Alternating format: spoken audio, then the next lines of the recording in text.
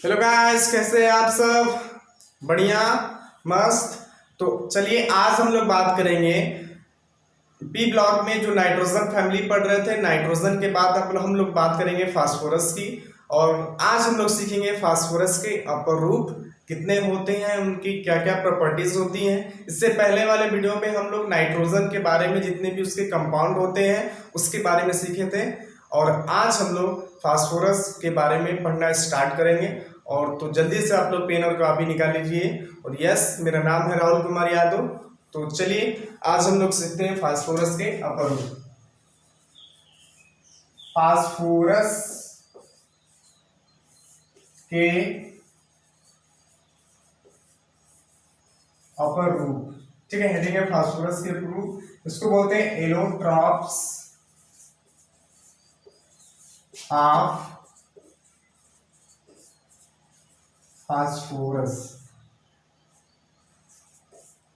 ठीक है। तो फास्फोरस के अपरूप के बारे में हम लोग सीख रहे हैं। तो ये जान ले अपरूप क्या होता है। अपरूप कोई ऐसा कंपाउंड होता है जो केवल एक ही एलिमेंट से जुड़ करके बना होता है, ठीक है।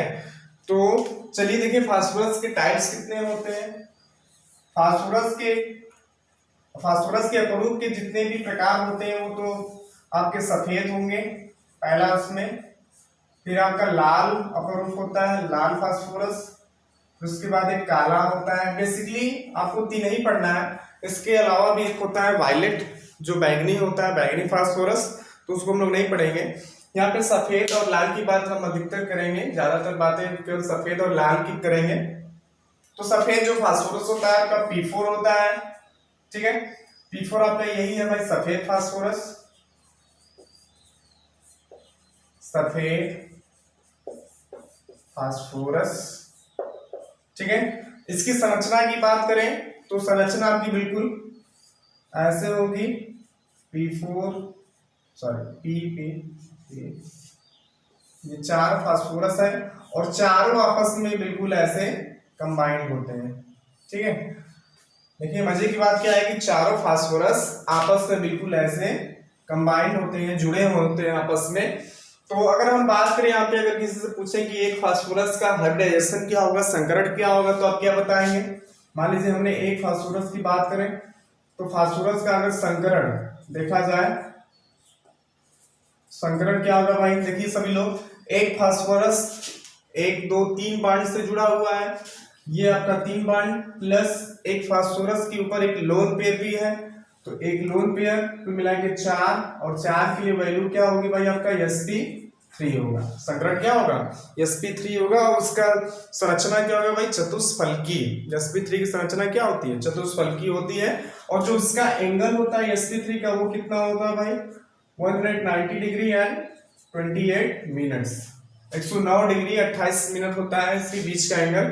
तो यहाँ पर इसका ये जो आपका 109 डिग्री 28 मिनट एंगल है, इनके बीच में ये ना होगा कि कितना होता है, 60 डिग्री होता है, 60 डिग्री होता है, 60 डिग्री होता है, ठीक है। मतलब बहुत ही कम होता है। ऐसा क्यों? क्योंकि इनके बीच में जो फास्फोरस है, फास्फोरस सभी आपस में बिल्कुल एक स्ट्रेन में जुड़े हुए, ठीक है, दबाव में होते हैं। और यही स्ट्रेन क्या करता है, इनको अनस्टेबल बनाता है, बिल्कुल अस्थायित्व बनाता है, जिसके कारण ये आपका जो फास्फोरस है P4 सफेद फास्फोरस बिल्कुल ही क्रियाशील होता है, अधिक क्रियाशील होता है, अति क्रियाशील होता है, ठीक है।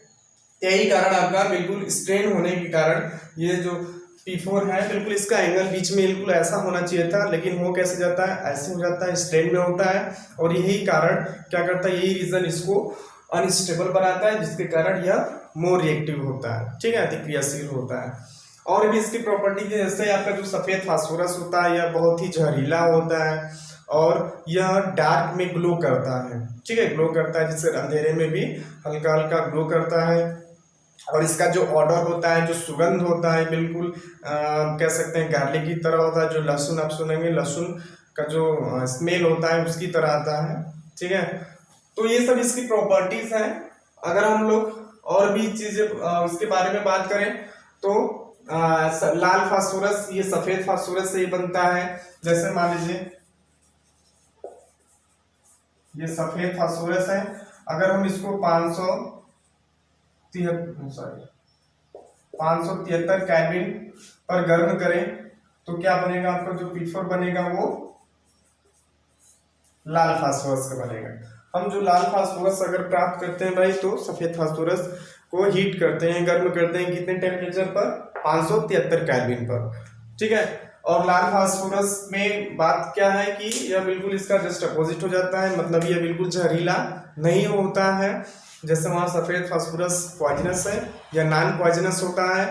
और उसके बाद जो लाल फास्फोरस होता है इसका स्ट्रक्चर संरचना की बात करें तो यह एक चैन में जुड़ा होता है, श्रृंखला में जुड़ा होता है, और श्रृंखला में जुड़ते हुए यह क्या होता है, स्टेबल होता है, आपका स्थायित्व होता है, ठीक है, ज्यादा स्थायित्व होगा। जैसे देखिए P4 का एक ये फास्फोरस एक इधर एक इधर एक इधर, ठीक है, तो ये बिल्कुल ऐसे ही जुड़े होते हैं। लाल फास्फोरस के फास्फोरस आपस में एक चैन बनाते हैं,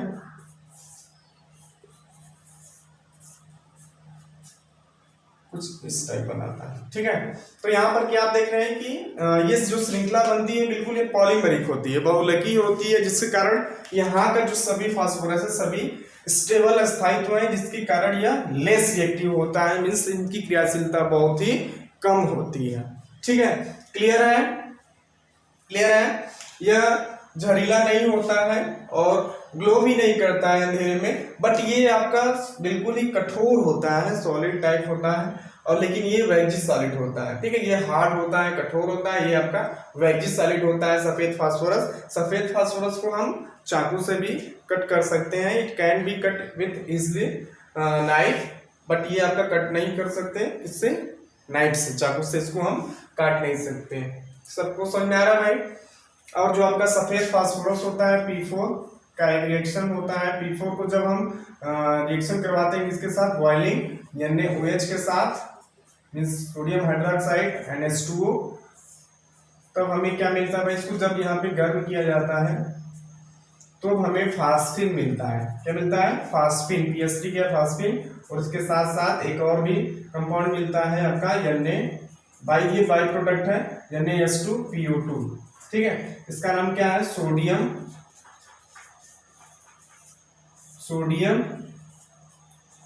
हाइपोफास्फाइड,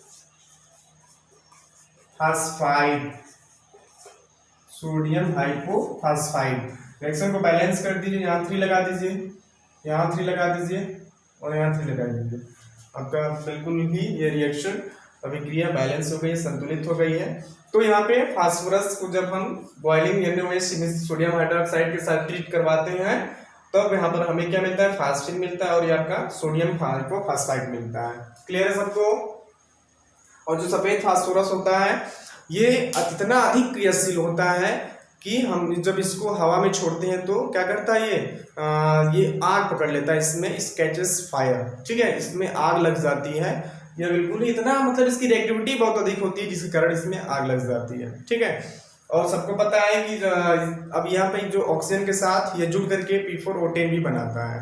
जैसे जब का P4 है, जब ये ऑक्सीजन के साथ जुड़ता है तो क्या बनाता है, P4O10, ठीक है। ये व्हाइट फ्यूम्स बनाता है, सफेद धुआं टाइप का, यहाँ पे ऑक्सीजन के साथ जल करके ये बनाता है। यहाँ पे रिएक्शन को बैलेंस कर दीजिए, इसको बोलते हैं व्हाइट फ्यूम्स, ठीक है, सफेद धुआं टाइप व्हाइट फ्यूम्स। तो ये सब जितने भी रिएक्शन हो रहे हैं ये सब आपकी रिएक्टिविटी से ही शो किया जा रहा है। रिएक्टिविटी इसकी बहुत अधिक होती है, क्रियाशीलता, जिसके कारण ये सब प्रॉपर्टी जिसके पाए जा रहे हैं, ठीक है। क्लियर है। अगर हम सफेद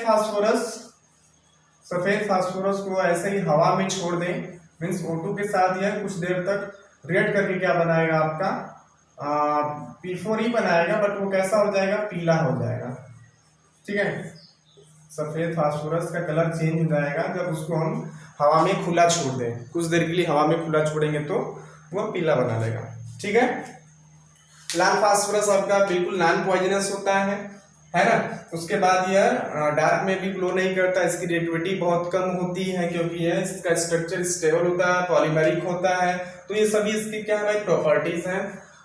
तो अब हम लोग बात करेंगे ब्लैक वाले, मीन्स काला फास्फोरस के बारे में। तो काला फास्फोरस आपका, जब हम लाल जो फास्फोरस होता है इसको क्या करते हैं, बहुत ही हाई प्रेशर पर, मतलब अधिक दाब पर इसको जब गर्म करते हैं तब हमें क्या प्राप्त होता है, काला फास्फोरस। जो ब्लैक फास्फोरस होता है, काला फास्फोरस में भी आपके दो प्रकार के फास्फोरस मिलते हैं, एक अल्फा काला फास्फोरस और दूसरा बीटा काला फास्फोरस। ठीक है, बीटा काला फास्फोरस, ये दो टाइप्स के मिलते हैं, अल्फा काला फास्फोरस और बीटा काला फास्फोरस। ये कैसे प्राप्त करते हैं हम, जब हम लाल फास्फोरस को, ठीक है, जब ये आपका जो लाल फास्फोरस है, इस लाल फास्फोरस को अधिक दाब पर गर्म करते हैं तो हमें अल्फा और बीटा दोनों काले फास्फोरस प्राप्त होते हैं। ठीक है, क्लियर है सबको।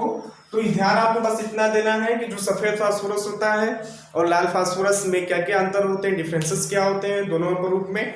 जो सफेद फास्फोरस होता है ये वैक्जी सॉलिड होता है, बिल्कुल एक मोम की तरह ठोस होता है, जबकि आपका लाल फास्फोरस एक बिल्कुल कठोर ठोस की तरह होता है।